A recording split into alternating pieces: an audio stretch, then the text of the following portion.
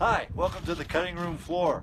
We're starting a new sermon series called I Will, the 9 traits of an outreach-minded Christian. We're going to be talking about stuff that we need to be doing because God is part of who we are. Because of my identity, I will.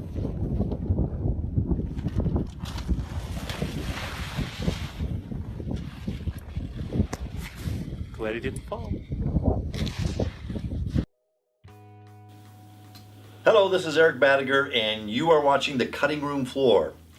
Information and some biblical teaching that we didn't get to fit into the sermon this week.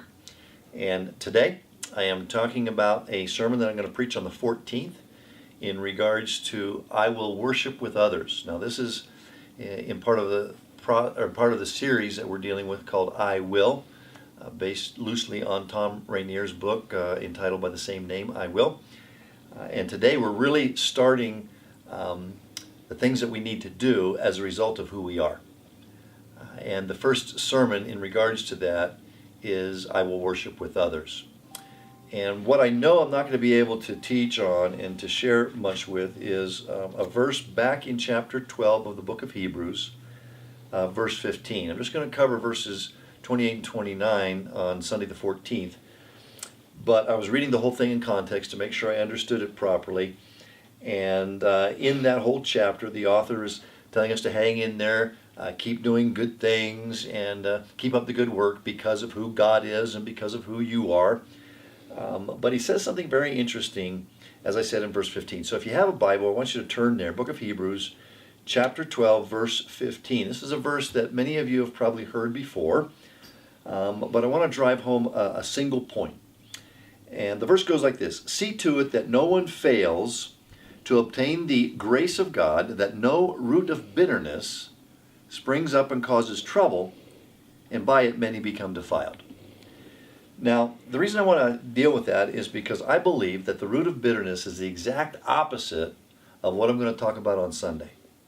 Remember I said we're going to talk about I will worship, and the focus is going to be on verse 28 and verse 29 that says because of who God is and because of what he's done for us, because of who I am, I should be filled with gratitude. And out of that gratitude comes worship, acceptable worship to God. That's the only kind of worship that we can really offer him, is one that is born out of gratitude in our hearts. So more on that Sunday. But how do we get there? One of the things, one of the barriers, one of the reasons that we don't get there is because of this root of bitterness in our lives. Now, I did a little extra work because I just kind of got interested in that on bitterness this week, preparing for the sermon on Sunday. But it is a very strong word, no pun intended. But it means to have a real awful, awful taste, not just something that you put into your mouth that you go, oh, that's kind of bitter. This is painfully bitter. It penetrates the senses, one author said. The way that I want to illustrate it is, have you ever been into the church auditorium, and all Christians have, you've been going to church for any length of time, and hear the sound system feedback, either during the service or before service when they're doing their sound check, and almost inevitably, everybody's shoulders come up, and they cover their ears, and they wait for the sound to go away. And it is a painful experience, especially if you have some kind of hearing loss or hearing difficulties. It can really hurt. And it goes on to say, if that happens at a kind of a continuing rate, if that root continues to grow, then what happens is it causes trouble. And that trouble is a continual annoyance, something that is just always there, that never goes away. And so a bitter person, someone that is allowing that to grow in their lives, is constantly dealing with difficulties. It's like they got their shoulders up and they're trying to cover their ears because they're in pain all the time. And that will result in defilement, he says. And that defilement is that your life becomes impure and totally polluted. Now, in this little video, we're not going to have time to talk about all of the things that come into our life that cause bitterness. My message to you today is to consider the fact, if you are becoming bitter, what the consequences are going to be. There's going to be trouble constantly. There's going to be an end up of defilement in your life or pollution in your life. And then what I'm going to share with you Sunday is that you really won't be able to worship, because it takes gratitude, remember, to worship. Not just liturgy, not just going through the motion, but it takes a heart of gratitude to genuinely and authentically worship, and bitterness is the opposite of that.